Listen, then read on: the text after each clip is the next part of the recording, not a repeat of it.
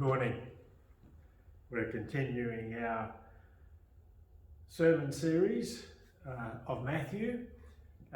We're at Pentecost 4, the fourth Sunday after Pentecost. In that long season of Pentecost that goes right up to Christ the King in November. So I'm reading from chapter 10, verses 24 to 39. A disciple is not above the teacher, nor a slave above the master. It is enough for the disciple to be like the teacher, and the slave like the master. If they have called the master of the house Beelzebul, how much more will they malign those of his household?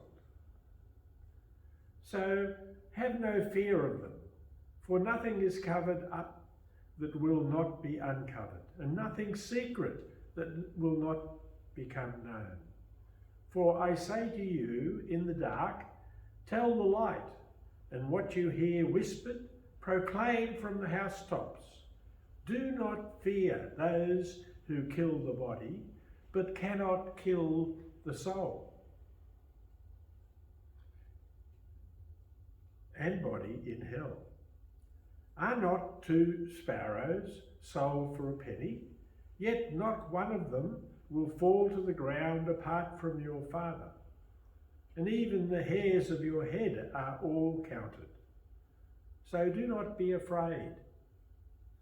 You are of more value than many sparrows. Everyone, therefore, who acknowledges me before others, I also will acknowledge them before my Father in heaven. But whoever denies me before others, I will also deny before my Father in heaven. Do not think that I have come to bring peace to the earth. I have not come to bring peace, but a sword. For I have come to set a man against his father, and a daughter against his mother, and a daughter-in-law against her mother-in-law, and one's foes will be members of one's own household. Whoever loves father or mother more than me is not worthy of me, and whoever loves son or daughter more than me is not worthy of me. And whoever does not take up the cross and follow me is not worthy of me. Those who find their life will lose it, and those who lose their life for my sake will find it. A tough reading. Let's see what we can make of it. There's an amazing but thought-provoking story by Danish theologian Søren Kierkegaard about the differences between making a contribution and making a commitment. The story is set in a small town where the citizens are very proud of their fire chief. He was a pleasant man and well liked by everyone in town. One day, the fire chief rounded up his brigade to respond to a dangerous fire. But when the fire brigade arrived, they couldn't reach the fire because all the townspeople were in the way. The citizens of their town thought they would come out and help their beloved fire chief. Yet the citizens were only equipped with small squirt guns, and as they squirted tiny streams of water at their fire, they commented that they believed in the good work of the fire chief and wanted to make their own contribution to it. The fire chief, in a rage, shouts at them, "Get out of here! Fires like this are not for well-meaning people who want to make their limited contributions.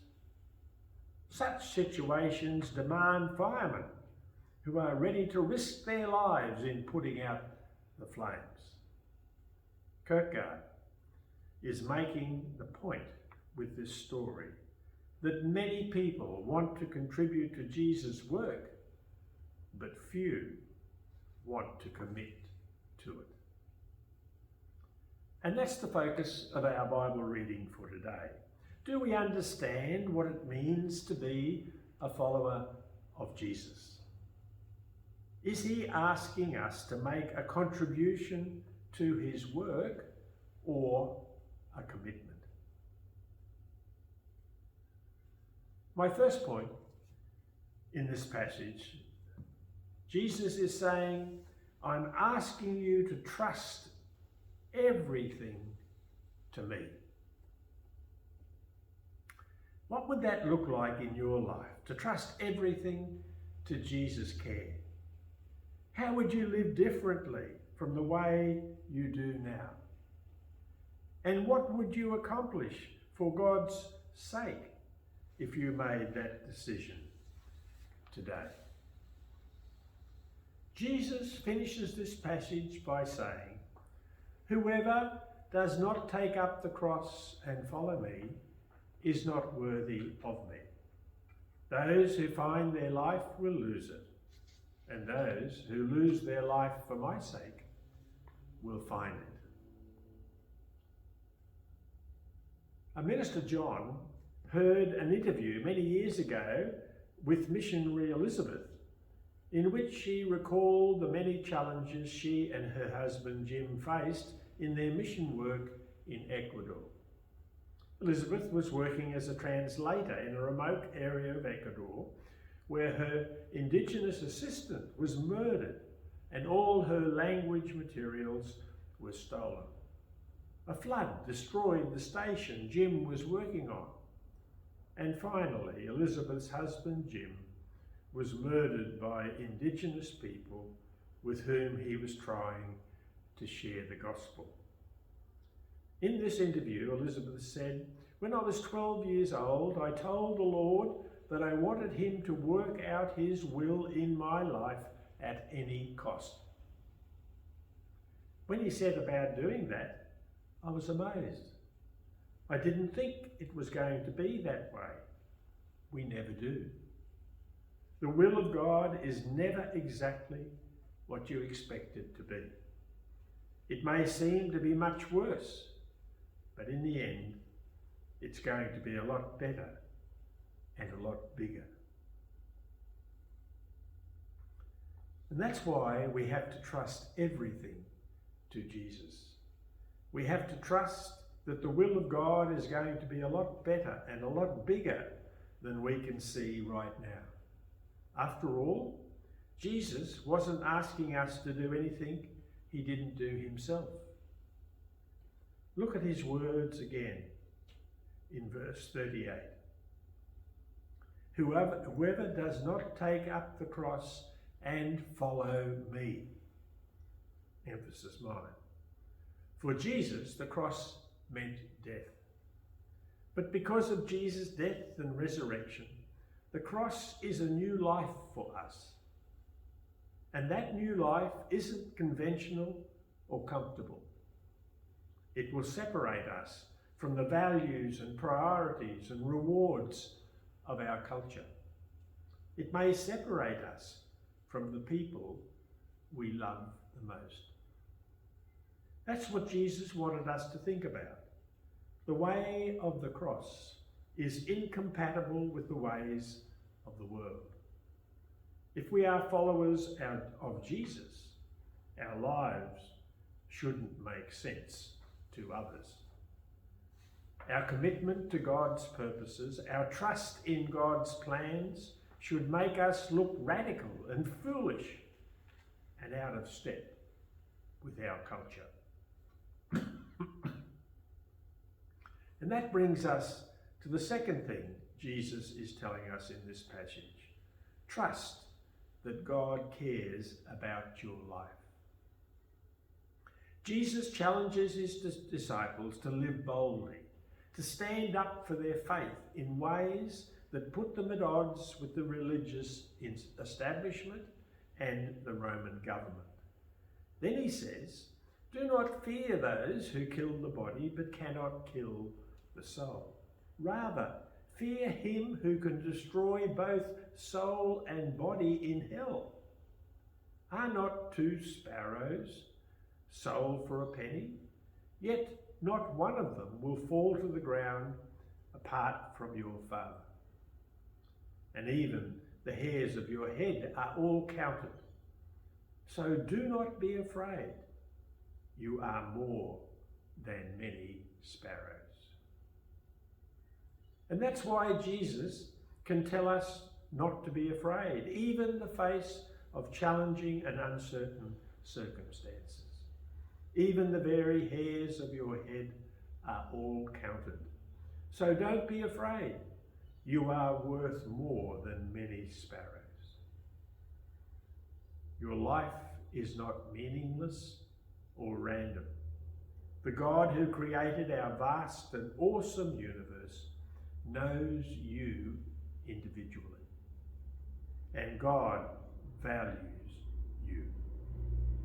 The God who made you in his holy image will never leave you or forsake you. If we really believed this, our fears would evaporate. We could take up our cross and follow Jesus with confidence, knowing that a God who loves us enough to count the very hairs on our heads has a purpose for our lives. Should we take on a dangerous and challenging mission with joy because we trust that God cares about our life? Whether we live or die, we know that our Heavenly Father knows us, loves us, and is working through us. And this truth gives us the courage to commit everything to Jesus. And the final thing Jesus is saying in this passage is, if you trust everything to me, you will find abundant and eternal rewards.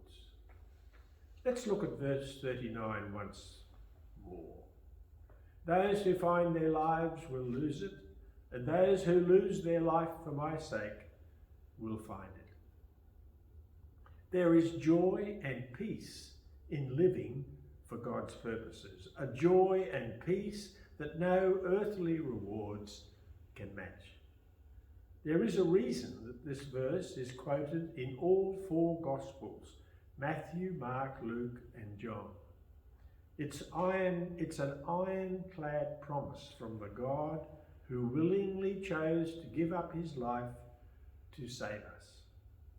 God created us for a life of abundant joy, peace, and purpose that can only be found in knowing him and living for his purposes. In 1930, a young woman named Alberta Skinner moved to Czechoslovakia to serve as a missionary there. When the communist government of Russia annexed that part of the country in the late 30s, government officials gave Alberta an ultimatum. You can leave and never come back, or you can stay and never leave. Alberta knew that the communists were determined to stamp out religion. She knew the church in Czechoslovakia would come under tremendous pressure from the new government, and so she decided to stay. In 1945, Alberta lost all contact with her family and friends and with her mission agency when the communist government cut itself off from the Western world. She lost all financial support for her ministry. For 25 years, no one knew if she was alive or dead. But in 1969, she called her mission headquarters. She spoke of the persecution the church was experiencing in Czechoslovakia. But she also spoke of the goodness of God and how God was strengthening the church and providing for her needs. In the last few years, Alberta had married a Russian minister. They had 6 sons. Although they were enduring financial hardship and persecution, their ministry was flourishing. Government officials allowed Alberta to return home briefly that year for some dental work, but they warned her that they would harm her husband and sons if she didn't return. Without a word of self-pity or complaint, she returned to Czechoslovakia to continue her ministry. She died in 1981, 8 years before the communist government was abolished in 1989, and 10 years before the fall of the Iron Curtain. She never saw the day when Christians in Czechoslovakia could once again worship freely, without fear of persecution. But she dedicated her life to building up the church in preparation for that day, trusting that God would use her efforts to further his kingdom.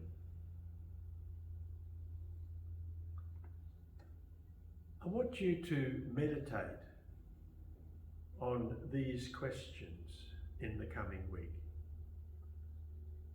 Is what you're living for worth dying for? Does your life reflect the priorities and purposes of God? Are you living out your faith with boldness and confidence, even when that separates you from the surrounding culture? Finally, do you trust Jesus' promises enough to take up your cross and follow him? If so, you will discover a joy, hope, and peace that only come from living for eternal rewards.